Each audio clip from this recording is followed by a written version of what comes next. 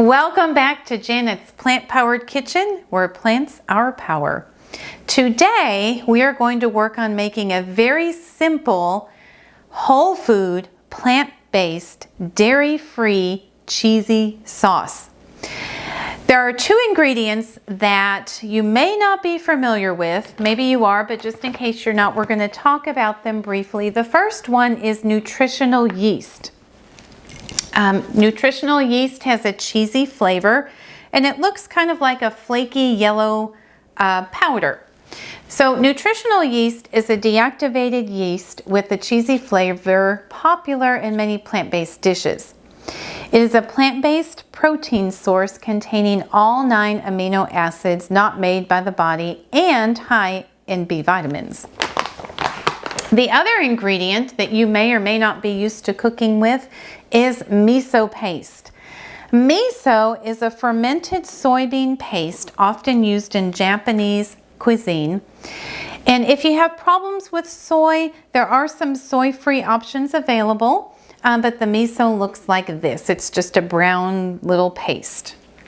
And then the other ingredient, which I'm sure you are familiar with, but I want to just mention them. The main ingredient in our cheese sauce is going to be cashews. Cashews are a heart-healthy source of monounsaturated and polyunsaturated fats. They help reduce LDL, which is the bad cholesterol, and triglycerides. So let's go ahead and get started. So the first thing we're going to do is measure out a cup of cashews. I put them in a small saucepan filled with water, and I just want the water to be able to cover the cashews because I'm going to put them on the stove, and I'm going to turn the stove top on to about medium, and I will let the cashews get to a rolling boil. And once they start boiling, I turn the heat off and I keep them covered up for about 30 minutes. What you're trying to do is just get the cashews soft. You want them to be soft. For the purposes of this demonstration, I've already boiled some cashews. They've sat for a while and they're soft and tender, so they're going to be perfect for this demonstration. So I have my blender. And the first thing I'm going to do is put in my cup of cashews that have been softened in water. Have those in there. And then I'm going to get my nutritional yeast, and I'm going to measure out 6 tablespoons. 1, 2, 3, 4, 5, and 6. This is what's going to give the sauce its cheesy flavor. And then I have some rice vinegar, and I'm going to do 2 teaspoons of rice vinegar. 1, 2. And then I have turmeric. The turmeric is 1/4 teaspoon. It's going to help give the cheese sauce a rich color. Sometimes I add a little more than a 1/4 teaspoon, but I'm going to follow the recipe for this demonstration. And then paprika, we're going to do 2 teaspoons. 1 and 2. Okay, now for the miso paste. The miso paste, we're going to put 4 teaspoons. 1, 2, 3, and 4. Okay, 1, 2, 3, 4, 5, 6. Okay, and then finally, 2/3 cup of water. I've already measured it out. Now, as any time that you make a sauce, there are times where you mix it together and then you discover that you need more water because it's too thick and you want to thin it out a little bit. I'm going to just mix the ingredients a little bit with a spoon. It'll just make it easier in the blender. So I will close that up. We'll come over here, and in just a few seconds, we're going to have a wonderful cheese sauce. Okay, that should be good. This looks like a nice mixture here. Open it up and see. We'll take a quick look. Check the consistency.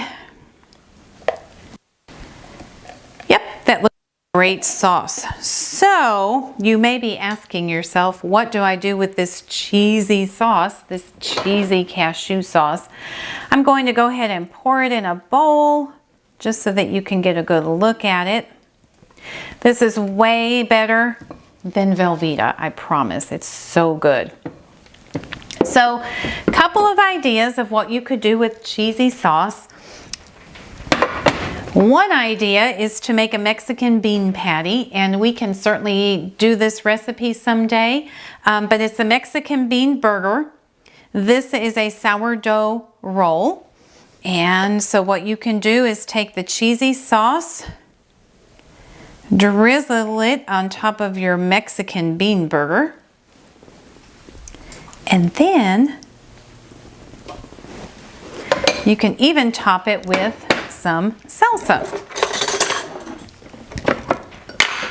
This one happens to be black bean and corn. So I'll just drizzle some salsa on there.